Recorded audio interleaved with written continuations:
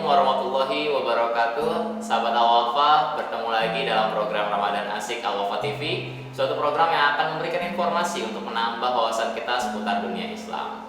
Sahabat Al-Wafa, untuk episode kali ini merupakan salah satu episode spesial kita karena pada kesempatan kali ini kita akan mendapatkan pengalaman ilmu dari salah satu dai tokoh ulama di Jawa Barat, dan langsung saja kita sudah terhubung di sini. Bersama kita sudah ada Bapak Kiai Haji Dr. Andes Asep Toto Ghazali MAG. Kita sapa bersama-sama. Assalamualaikum Pak Kiai. Waalaikumsalam warahmatullahi wabarakatuh. Alhamdulillah, amin. Gimana kabarnya Pak Kiai? Alhamdulillah, baik, sehat. Ya, alhamdulillah bisa bersilaturahim lagi dengan sahabat Al-Wafa dalam bulan Ramadan ini. Pak Kiai, kira-kira untuk kesempatan kali ini ada materi apa yang ingin dibagikan dengan sahabat Al-Wafa? Insya Allah pada kesempatan ini kita akan membahas mengenai keutamaan membaca dan menghafal Al-Quran. Ini kaitannya dengan nuzulul Quran. Wah, sahabat Al-Wafa, salah satu peristiwa penting dalam bulan Ramadan adalah peristiwa diturunkannya Al-Quran. Dan insya Allah hari ini kita akan mendapatkan materi pengetahuan tambahan dari guru kita. Dan langsung saja untuk materi berkaitan dengan Ramadan bulan Al-Quran, berkaitan dengan nuzulul Quran akan disampaikan langsung oleh guru kita, Bapak Kiai Haji Dr. Andes Asep Toto Ghazali MAG. Silakan Pak Kiai. Assalamualaikum warahmatullahi wabarakatuh. Alhamdulillah. Alhamdulillahilladzi anzala al-Quran hudan lin-nasi wa bayyinatin minal huda wal furqan. Asyhadu an la ilaha illallah wa asyhadu anna Muhammadar Rasulullah. Allahumma salli ala sayyidina Muhammad wa ala alihi wa ashabihi ajma'in, amma ba'd. Qala Allah Ta'ala fil Qur'anil Karim, a'udzu billahi minasy syaithanir rajim. Bismillahirrahmanirrahim. Innal ladzina yatluna kitaballahi wa aqamus salata wa anfaqu mimma razaqnahum sirran wa 'alaniyah yarjuna tijaratan lan tabur. Wa qala an-nabiy sallallahu alaihi wasallam, khairukum man ta'allama al-Qur'an wa 'allamah. Wa qala aidan, iqra'ul Qur'an fa innahu ya'ti yaumal qiyamah syafi'an li ashabihi. Sahabat Al-Wafa yang saya hormati dan insya Allah senantiasa mendapatkan rahmat, maghfirah dan itqu minan nar di bulan Ramadan ini, alhamdulillah kita bisa bersilaturahim kembali dalam program Ramadan Asyik. Mudah-mudahan Allah senantiasa melimpahkan berkah bagi kita semua. Sahabat Al-Wafa, salah satu peristiwa yang sangat penting di bulan Ramadan adalah bulan diturunkannya Al-Quran. Syahrul Ramadan alladzi unzila fihi Al-Quran. Bulan Ramadan di dalamnya adalah bulan diturunkannya Al-Quran. Jadi Al-Quran turun kepada Nabi itu tentu tidak ujug-ujug langsung 30 juz. Tapi ada tahapan-tahapannya, berangsur-angsur. Betul kalau Al-Quran turun dari Allah ke Lauhul Mahfuz itu langsung. Tapi dari Lauhul Mahfuz kepada Kanjeng Nabi itu berangsur-angsur. Memakan waktu 22 tahun, 2 bulan, 22 hari. Jadi tujuannya memang Al-Quran turun berangsur-angsur untuk menjawab, merespon setiap problem, permasalahan yang dihadapi oleh Nabi ataupun para sahabat. Jadi kalau Nabi ditanya tentang sesuatu, maka Nabi tidak langsung menjawab, menunggu dulu wahyu. Misalnya ketika Nabi ditanya tentang ruh, Nabi tidak langsung menjawab, nunggu dulu. Baru nanti Nabi menjawab. Adapun Al-Quran pertama kalinya diturunkan kepada Nabi itu ada di bulan Ramadan, disinyalir oleh para ulama pada 17 Ramadan. Walaupun sebetulnya yang jelas itu di bulan Ramadan. Kita tahu bahwa surah Al-Alaq ayat 1 sampai 5 merupakan surah yang pertama turun, 5 ayat itu di Gua Hiro kepada Nabi. Nah, sahabat Al-Wafa, setelah Al-Quran diterima oleh Nabi lalu menyampaikan kepada para sahabat ada yang menghafalkannya, lalu sahabat menyampaikan kepada tabi'in, tabi'ut tabi'in, sampai akhirnya mereka itu banyak memahami Al-Quran. Nah, ini peran para sahabat, para tabi'in, para ulama itu luar biasa. Lalu sampailah kepada kita yang berbentuk mushaf. Jadi dulu Al-Quran begitu diterima oleh Nabi disampaikan kepada sahabat menghafalnya, lalu menuliskannya di pelepah-pelepah kurma, tuliskannya itu di tulang-tulang unta. Barulah di zaman Sayyidina Utsman bin Affan dikumpulkan tulisan-tulisan yang berserakan itu, ya, ditulis kembali, lalu jadilah yang disebut dengan Mushaf Utsmani. Nah, jadi mushaf yang kita sekarang pegang itu awalnya dari situ. Jadi kalau di zaman Rasul itu nggak ada mushaf, tulisannya berserakan. Nah, kenapa dikumpulkan? Lalu kenapa dituliskan kembali? Khawatir. Karena para penghafal Al-Quran banyak yang gugur di medan perang, makanya ditulis kembali. Nah, subhanallah, setelah itu dipahamilah ya Al-Quran itu. Dipahamilah Al-Quran itu sehingga dengan itu melahirkan berbagai macam ilmu. Ketika bagaimana Al-Quran itu mengajarkan tauhid, itu ada ayat-ayat tentang akidah, lahirlah ilmu usuluddin, ilmu akidah. Lalu bagaimana melakukan hubungan yang baik dengan Allah, ibadahnya biar benar, lahirlah fikih, ada fikih ibadah. Tapi kan tidak cukup kita melakukan hubungan dengan Allah, bagaimana melakukan hubungan yang baik dengan sesama manusia, ada fikih muamalahnya. Tapi kan tidak cukup kita dengan sesama manusia di keluarga, ada fikih ahwalus syahsiyah, hukum keluarga. Bagaimana kita melakukan ketatanegaraan, ada fikih yang namanya fikih siasah, fikih politik Islam, bahkan ada fikih jinayah, fikih pidana Islam. Nah, ini semuanya dalam rangka memahami Al-Quran, termasuk ada juga akhlak, tasawuf itu dari Al-Quran semuanya. Nah, yang jelas sahabat Al-Wafa, sekarang Al-Quran sudah ada di tengah-tengah kita. Tinggal bagaimana kita menyikapi terhadap Al-Quran itu. Tadi di dalam Al-Quran surah Fatir surah ke-35 ayat 29 Allah menyatakan, A'udzubillahi minasyaitonirrajim, bismillahirrahmanirrahim, innal ladzina yatluna kitaballah, sesungguhnya orang-orang yang selalu membaca kitab Allah Al-Quran, wa aqamus shalah, dan menegakkan salat, wa anfaqu mimma razaqnahum, dan menginfakkan dari sebagian rezeki yang telah kami anugerahkan kepada mereka, sirron, baik dengan diam-diam, wa alaniyah, atau dengan terang-terangan, yarjuna tijaratan lan tabur, maka mereka itu mengharapkan perniagaan yang tiada pernah merugi. Nah, di dalam ayat itu dijelaskan, innalladzina yatluna kitaballah, sesungguhnya orang-orang yang selalu membaca kitab Allah Al-Quran. Tentunya yatlu di situ bukan hanya membaca saja. Yatlu di situ pertama bisa jadi membaca Al-Quran. Lalu yang kedua memahami Al-Quran. Yang ketiga mengkaji Al-Quran secara mendalam. Yang keempat menghafalkan Al-Quran. Yang kelima mensyiarkan Al-Quran. Dan yang keenam mengamalkan Al-Quran. Setidak-tidaknya kita sebagai seorang muslim memiliki sikap yang 6 tadi. Yang pertama, kita mesti gemar membaca Al-Quran tentunya. Anjuran Nabi, iqra'ul Quran fa innahu ya'ti yaumal qiyamah syafi'an ashabi.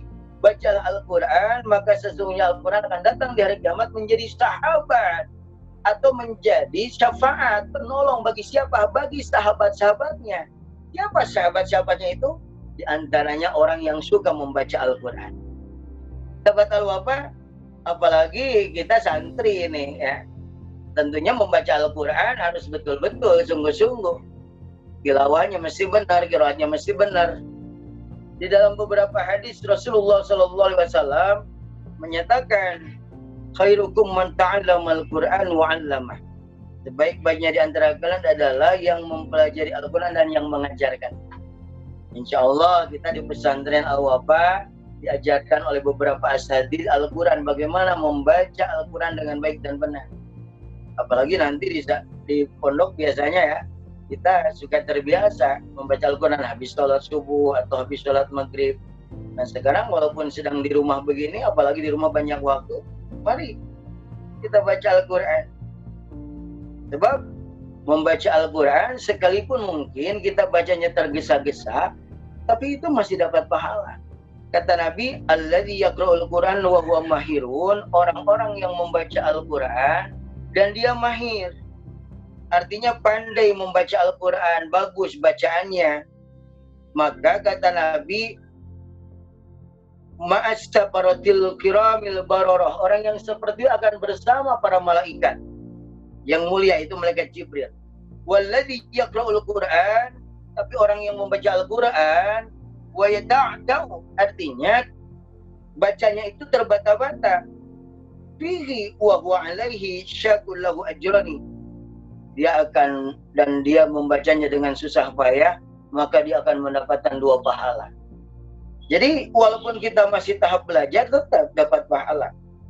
Nah, dan orang yang membaca Al-Quran, kata Nabi, barang siapa yang membaca Al-Quran 1 huruf saja, maka dia akan mendapatkan 10 kebaikan. Aku tidak menyatakan alif lam mim 1 huruf, tapi alif 1 huruf, lam 1 huruf, mim 1 huruf. Maka kalau kita baca alif lam mim saja sudah 3 huruf, dari 10, 30 kebaikan. Subhanallah. Nah ini, maka dari itu yuk, sekarang sahabat Al-Wafa, kita lagi stay at home, di rumah aja banyak baca Quran, ngaji-ngaji, jangan main game aja, bro. Jangan main game aja, ini dari pagi HP terus. Kapan ngajinya nih kesempatannya? Ya. Itu. Jadi artinya apa di situ? Biar kita lebih akrab dengan Al-Quran, sering membacanya. Yang kedua, sahabat Al-Wafa, kita berupaya untuk memahaminya. Nah, dengan Anda semua masuk pondok pesantren Wafaul Ummah atau Al-Wafa ini, maka Pak, di dalamnya ada pemahaman Al-Quran. Jadi kalau memahami Al-Quran, maaf, sahabat Al-Wafa, tidak bisa kita memahami sendiri, apalagi lewat Quran terjemah. Ini mesti ada gurunya yang mengajarkan, khawatir jadi salah paham atau nanti melahirkan paham salah. Contoh, di dalam Al-Quran dikatakan, "Faman kana minkum maridun aw 'ala safarin fa'iddatun min ayyamin ukhra." Maka barang siapa di antara kalian yang sakit atau dalam perjalanan bisa mengganti saumnya di hari yang lain. Di situ belum dijelaskan sakit apa, perjalanan dari kemana ke mana. Ini kalau hanya memahami Quran terjemah, bisa-bisa karena araratul jual buka, baru gatal-gatal buka, karena di Ciwidey kasoreang buka dasar ini akibatnya ngaji. Tapi kalau diajarkan, oh ternyata dalam fikihnya ini jaraknya sekian, oh sakitnya sakit yang seperti apa. Nah itu berupaya memahaminya, dan itu mesti lewat ngaji, lewat pengajian, lewat pendidikan. Lalu yang ketiga adalah mengkaji Al-Quran. Nah ini lebih mendalam lagi. Biasanya kalau kajian ini menghadirkan pakar yang betul-betul menguasai, disinergikan dengan keilmuan yang lain. Misalnya Al-Quran dikaitkan dengan teknologi, dengan sains, Al-Quran dikaitkan dengan kesehatan, Al-Quran dikaitkan dengan ekonomi. Ada beberapa ayat dirunut nanti disinergikan. Nah ini supaya apa? Ternyata Al-Quran memang mencakup segala hal yang ada dalam peradaban manusia. Makanya sahabat Al-Wafa, ketika kita melakukan kajian-kajian itu, ternyata akan lebih mantap lagi. Jadi seorang dokter ketika dia mengkaji Al-Quran lalu dikaitkan dengan ilmu kedokteran, dengan anatomi tubuh, akan lebih mantap keimanannya. Karena dia bisa mengilustrasikan, menggambarkan bagaimana keadaan dalam tubuh itu. Subhanallah, begitu hebatnya Allah mengatur tubuh ini, luar biasa. Ada berbagai fungsi dijelaskan di sana. Nah ini, makanya penting kajian-kajian itu lebih mendalam. Lalu yang keempat, menghafalkannya. Nah ini bagi sahabat Al-Wafa, santri ini diupayakan untuk menghafal. Ya syukur-syukur kalau dari Al-Wafa hafal 10 juz atau ya. Nah sekarang Ramadan kesempatan menghafal lebih banyak. Sebab orang yang menghafal Al-Quran itu luar biasa.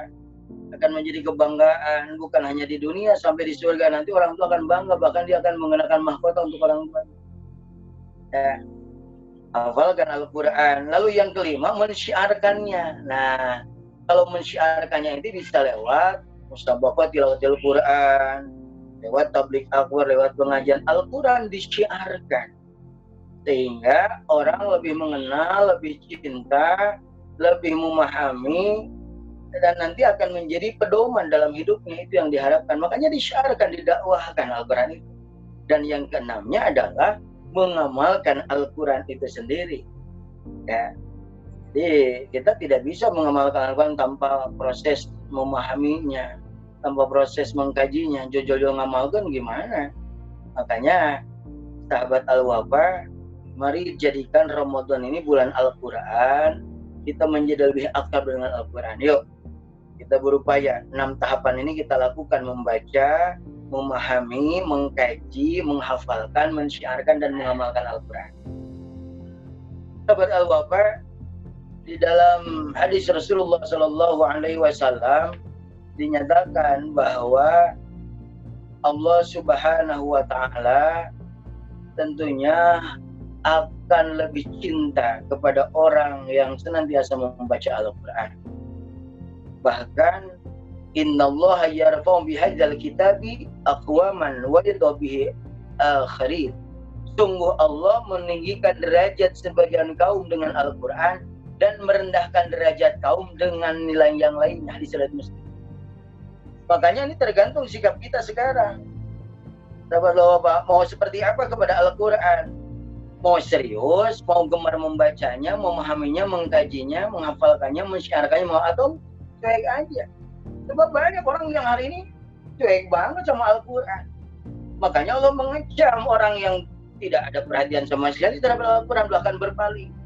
Itu dikatakan di dalam Al-Quran surat Toha ayat 124 hingga 126. A'udzubillahi minasyaitonirrajim. Bismillahirrahmanirrahim. Wa man a'rada an dzikri fa inna lahu ma'isyatan dhanka. Dan barang siapa yang berpaling dari peringatanku, dari Al-Quran, maka sesungguhnya dia akan menghadapi kehidupan yang sulit, sempit, bahkan putus dari rahmat Allah. Wa nahsyuruhu yaumal qiyamati a'ma. Dan kami akan mengumpulkannya di hari kiamat dalam keadaan buta. Lalu orang itu bertanya, qala rabbi lima hasyatani a'ma ya Rabb? Kenapa aku dikumpulkan dalam keadaan buta wa qad kuntu basyira? Padahal dulu aku bisa melihat. Maka Allah menjawab, qala kadzalika atatka ayatuna fanasita. Kenapa pula kami sudah mendatangkan ayat-ayat kami kepadamu berupa Al-Quran fanasita, tapi kau melupakannya. Wa kadzalika al-yauma tunsa. Maka pada hari ini juga kalian aku lupakan. Sahabat Allah, kalau kita cuek, kalau kita berpaling ke Al-Quran, di dunia saja hidup kita sempit, sulit, putus dari rahmat Allah. Di hari kiamat dikumpulkan anak seperti orang yang buta. Lalu kita tidak pernah diingatkan oleh Allah. Artinya Allah lupa kepada kita. Na'udzubillah. Makanya betul, dari sisi akidah, maaf, orang yang berpaling ke Al-Quran, akidahnya rusak. Maka dari itu yuk, di bulan Ramadan yang mulia ini, bulan diturunkan Al-Quran, dalam memperingati nuzul Al-Quran, mari kita dekatkan diri kita, keluarga kita dengan Al-Quran. Mari kita biasakan diri kita untuk membaca Al-Quran. Setidak-tidaknya 1 hari 1 juz. Bapak Rasulullah suatu saat ditanya oleh sahabat, ayul a'mali ahabbillah fil Islam. Amal apa yang paling dicintai Allah dalam Islam? Jawaban Rasul salah satunya al-hal wal murtahal. Apa itu ya Rasul al-hal wal murtahal? Kau membaca Al-Quran dari awal sampai akhir, kemudian kau mengulanginya lagi. Setidak-tidaknya kau hatamkan Al-Quran dalam sebulan 1 kali. Jadi kalau sebulan sekali berarti one day one juz, 1 hari 1 juz. Insya Allah sahabat Al-Wafa bisa melakukan itu semuanya. Nah di samping itu tentunya yuk tingkatkan pemahamannya. Makanya terus nanti kita sekarang mungkin pada di rumah ya, nanti tapi kita bisa lewat lewat Zoom ini salah satu untuk memahami, termasuk juga mengkajinya, nah menghafalkannya terus sedikit demi sedikit menghafalkan, siarkan dan amalkan Al-Quran. Terakhir sahabat Al-Wafa, saya ingin menyampaikan bahwa Allah Subhanahu wa Ta'ala tidak akan mengazab orang yang senantiasa membaca Al-Quran. Darimi meriwayatkan dengan sanadnya dari Abdullah bin Mas'ud radhiyallahu anhu. Rasulullah SAW bersabda, Iqra'ul Quran, fa inna Allah Ta'ala la yu'adzabu qalba wa'al Quran, wa inna hadzal Quran ma'dubatullah, faman dakhala fi fahuwa amin, wa man ahabba al-Quran qalbi yasir. Ya, bacalah Al-Quran, karena Allah benar-benar tidak akan mengadab hati orang yang menghafal Al-Quran, dan Al-Quran benar-benar merupakan jaminan Allah. Maka barang siapa yang mendatanginya, ia akan aman. Bergembiralah siapa saja yang sangat mencintai Al-Quran.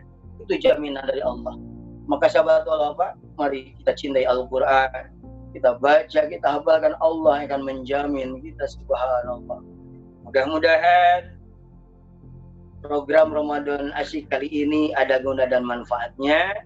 Dan barangkali nanti ada tanya jawab. Itu saja pengantar yang dapat saya sampaikan. Kang Ustadz Jaka Permana. Demikian, jazakumullahu ahsanal jaza.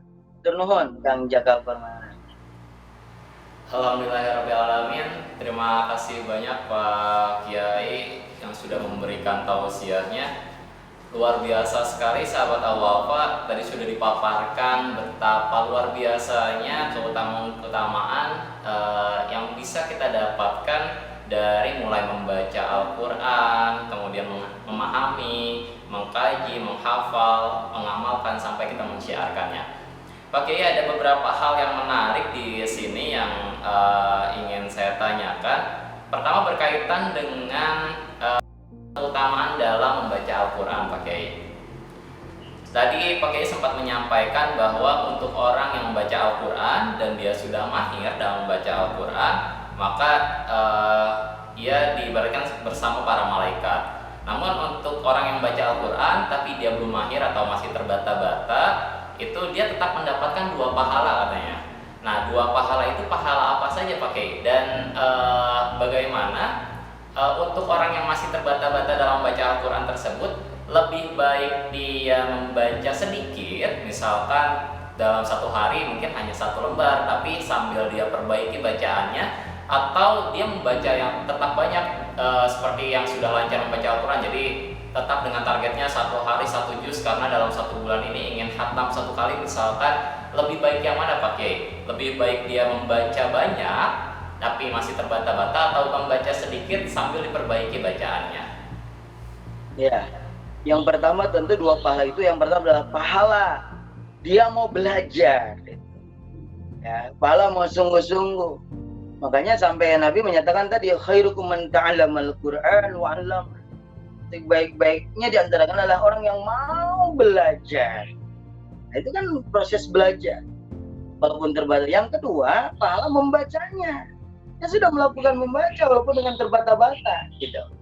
Lalu bagaimana kalau misalnya orang itu masih terbata-bata? Lebih baik dia nggak apa-apa, mau sehalaman, mau setengah halaman, tapi dia terus memperbaikinya. Kalau yang terbata-bata ini jangan dulu target hatam deh, nanti perbaiki dulu bacaannya, ya.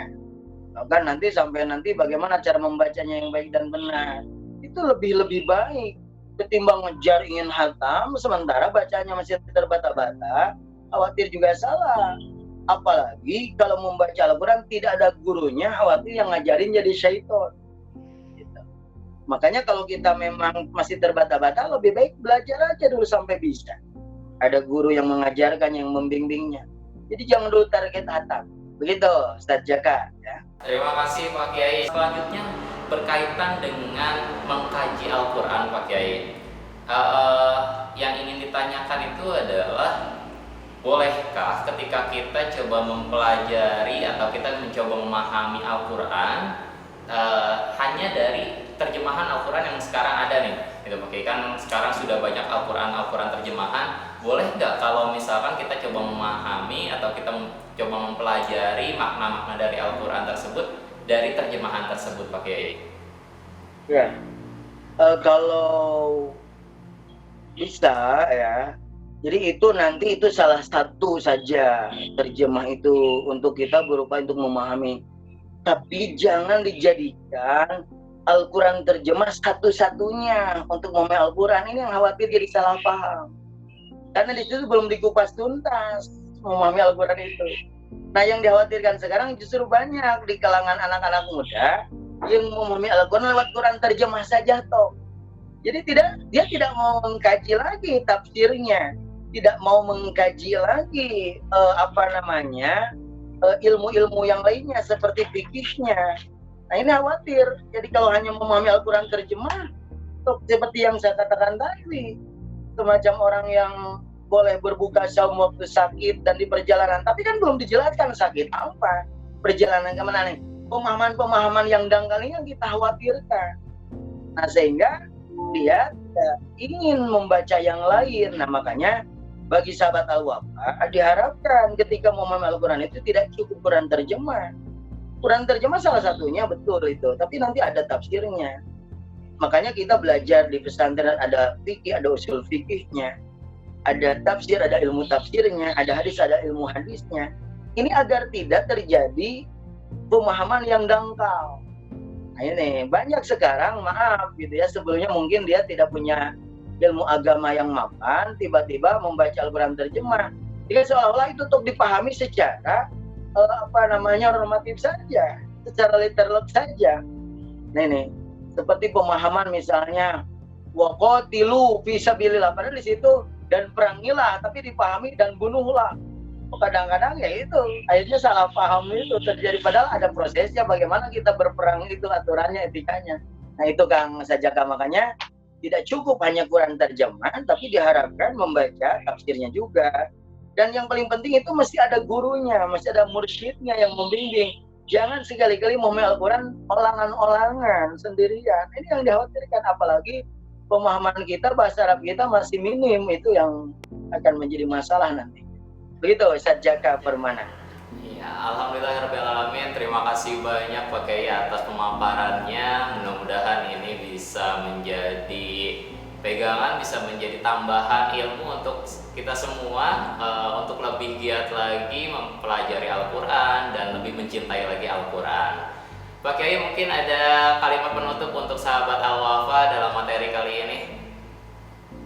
Baiklah sahabat Al-Wafa, sekarang kita mungkin masih berada di rumah masing-masing. Saya berpesan, sekalipun sedang ada di rumah, khususnya untuk sahabat Al-Wafa, banyak-banyaklah membaca Al-Quran, terutama di bulan Ramadan ini. Begitu sahabat Al-Wafa yang saya hormati dan Allah muliakan. Demikian apa yang dapat saya sampaikan. Terima kasih kepada pengarus ajengan saya Wafa, juga Ibu Tintin selaku kepala sekolah, juga Ustaz Jaka Permana. Thank you very much for your attention please. And the last SAU, jazakumullah hasanal jaza. Wallahul muwaffiq ila aqwamit thoriq. Assalamualaikum warahmatullahi wabarakatuh. Waalaikumsalam warahmatullahi wabarakatuh. Terima kasih banyak Pak Kiai sudah berbagi bersama kami semua di sini. Semoga sehat selalu dan kita bisa bersilaturahim lagi di kesempatan yang lain. Sahabat Al-Wafa, demikian pemaparan materi berkaitan dengan Ramadan bulan Al-Quran, di mana kita sudah saksikan bersama-sama banyak sekali keutamaan-keutamaan dari Al-Quran tersebut. Dan demikian juga menjadi akhir perjumpaan kita dalam episode kali ini. Terus saksikan Ramadan Asik Al-Wafa TV, karena Ramadan Asik ini akan memberikan informasi untuk menambah wawasan kita seputar dunia Islam. Saya Jaka Permana dan seluruh kru yang bertugas hari ini mengucapkan terima kasih. Assalamualaikum warahmatullahi wabarakatuh.